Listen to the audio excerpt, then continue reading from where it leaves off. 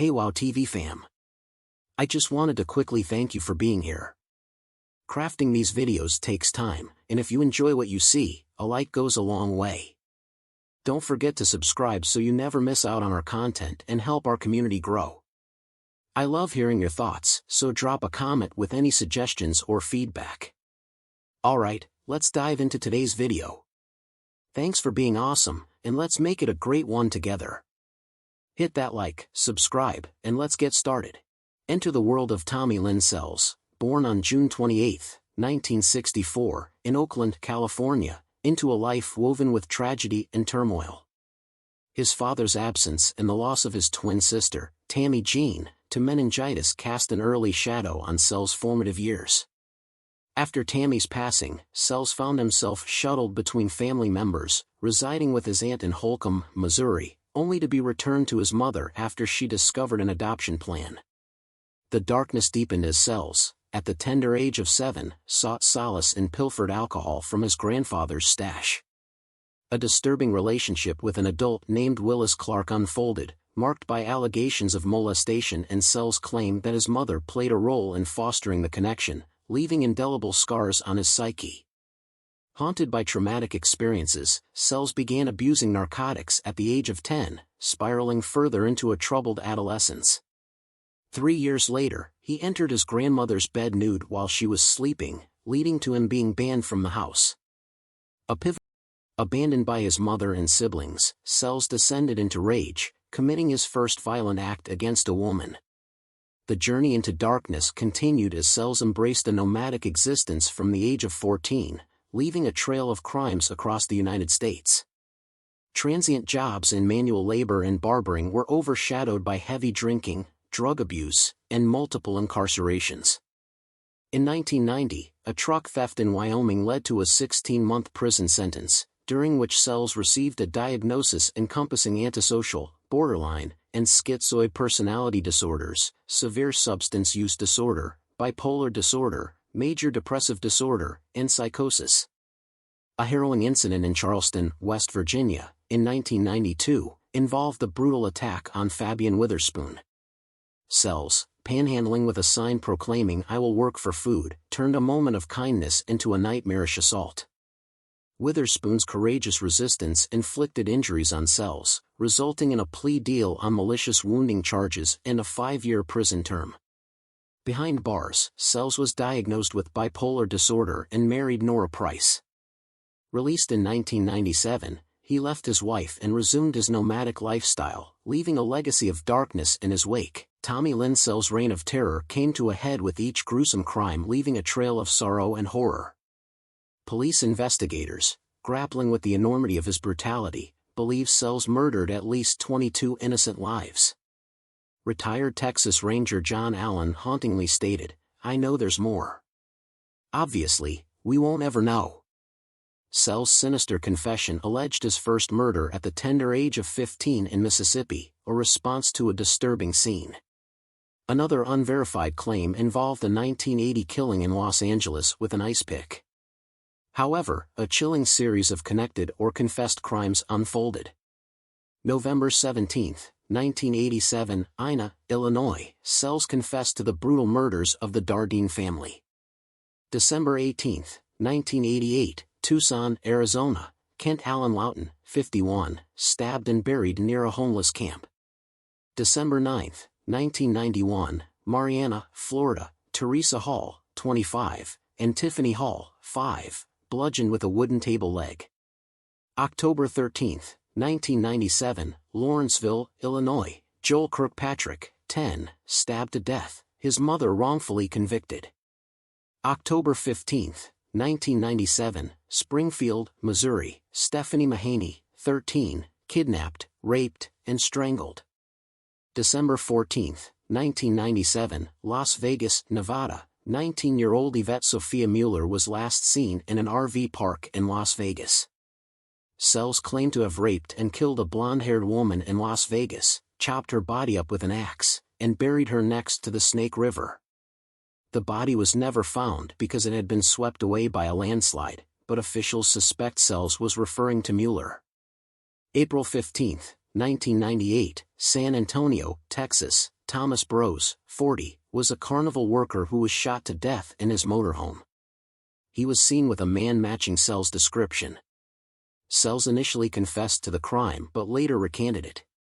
April 4, 1999, Gibson, Tennessee, Deborah Harris, 31, and her 8-year-old daughter Ambria Halliburton were both killed after Sells broke into their house at night and raped Harris in her bed. She was stabbed repeatedly with her own kitchen knife, which was left in her chest. Halliburton was stabbed 3 times after she witnessed Sells murder her mother.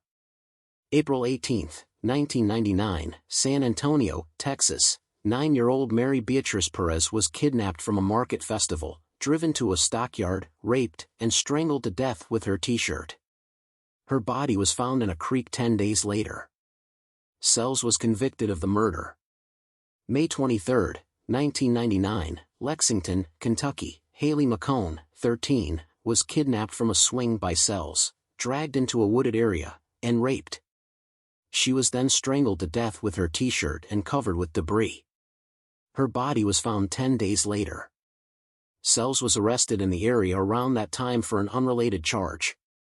July 5, 1999, Kingfisher, Oklahoma, Bobby Lynn Wofford, 14, was picked up from a Love's convenience store by Sells, who drove her to a secluded area, sexually assaulted, struck repeatedly with a hatchet, and then shot her in the head with a large-caliber revolver when she tried to escape.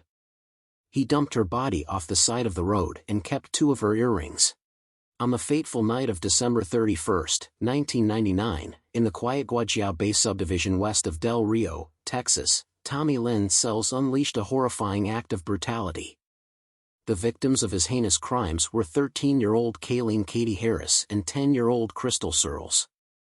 Sells sexually assaulted and fatally stabbed Katie, and ruthlessly slit the throat of young Crystal. Miraculously, Crystal survived, navigating a quarter-mile to seek help from neighbors despite her grievous injuries. The aftermath of this tragedy unfolded as Sells was identified through a sketch based on Crystal's brave description. However, as the investigation progressed, law enforcement grew wary of Sells potentially manipulating the system. His confessions, while numerous, proved challenging to corroborate, casting doubt on the veracity of some of his claims. Among his unverified confessions, Sells spoke of a disturbing incident in 1982 in Little Rock, Arkansas, where he claimed to have kidnapped, raped, tortured, and murdered a woman, disposing of her body in a quarry. Another chilling account dated back to 1986, in St. Louis, where Sells recounted shooting a prostitute and discarding her in a river after a rejected proposition. Sells also alleged involvement in a tragic incident in Salt Lake City, Utah, in 1988, where he purportedly killed a woman and her son during a camping trip, dumping their bodies in the Snake River in Idaho. A string of other assertions included the killing of a black man in Chicago and the murder of 2 unidentified female hitchhikers in Roseburg, Oregon, both incidents occurring in 1989. The complexity of Sells' confessions extended to his involvement in the Dardeen family homicides in 1987 in Jefferson County, Illinois. Despite his confession aligning with some details, discrepancies and changing accounts led to a refusal to charge him for the quadruple killing. Sells' other crimes include: July 5, 1979, Port Gibson, Mississippi, John Cade, 39, was killed with a .32 caliber pistol during a home invasion. Near the crime scene, a man who resembled Sells was observed. He may have been in the area around this period, according to investigators. April 27, 1982, St. Louis, Missouri. In November 2015, Melissa DeBoer contacted police after watching an episode of Crime Watch Daily which featured Sells. In 1982, DeBoer's mother, Joanne Tate, 35, was murdered in her St. Louis home. Melissa DeBoer's testimony as a 7-year-old assaulted in the sexual attack helped identify Rodney Lincoln as the killer. However, DeBoer came to believe Sells, not Lincoln, murdered her mother in 1982. In 2018, Missouri Governor Eric Greitens commuted Lincoln's sentence to time served and he was released from prison. July 31, 1983, St. Louis, Missouri, Tiffany Gill, 4, and Colleen Gill, 33, were discovered at their house on Washington Terrace in the West End neighborhood. They had both been battered to death with a blunt weapon. A man matching Sells' description was seen leaving the crime scene.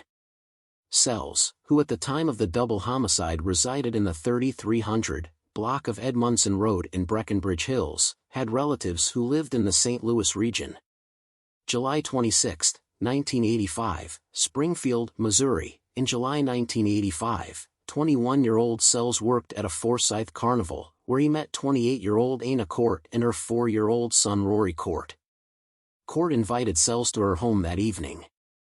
According to Sells, he had sex with her, fell asleep, and awoke to find her stealing from his backpack.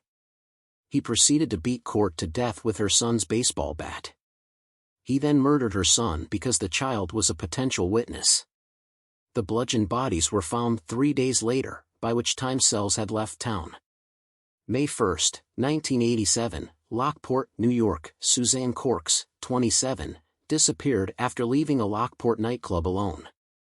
Her body was found on September 5, 1995, at the foot of an embankment near Niagara Falls, 2 miles away. Her cause of death was unknown due to decomposition. In 2004, Sells confessed that he had murdered a woman in the area at the time, and his presence in the city was confirmed. He was even able to identify her in photographs from the crime scene. Since he had already been sentenced to death, he was not prosecuted. October 15, 1987, Lovelock, Nevada. Stephanie Kelly Stroh, 21, was last seen at the Four-Way Cafe and Truck Stop in Wells, Nevada. Sells confessed to Stroh's murder. He said he picked her up while she was hitchhiking after he offered her a ride to Reno, Nevada. They took LSD together, then he strangled her in Lovelock, covered her body in concrete, and dumped it in a hot spring. Her body was never found. Experienced the final chapter in Tommy Lynn Sells' twisted saga. On January 3, 2014, a Del Rio judge marked the ominous date for Sells' execution, April 3, 2014. The grim finale unfolded at the Texas State Penitentiary in Huntsville. Facing the ultimate consequence, Sells was given the chance for a final statement but responded with a chilling no, witnessed the somber moments as a lethal dose of pentobarbital took hold. As his breaths deepened, eyes closed, and an unsettling snore echoed, the minutes passed in an eerie silence. Less than a minute later, the once menacing figure lay still. At 6:27 p.m. CDT, the pronouncement came, Sells was dead. Crystal Searles and members of the Harris and Perez families were present to witness the closing chapter of this harrowing tale.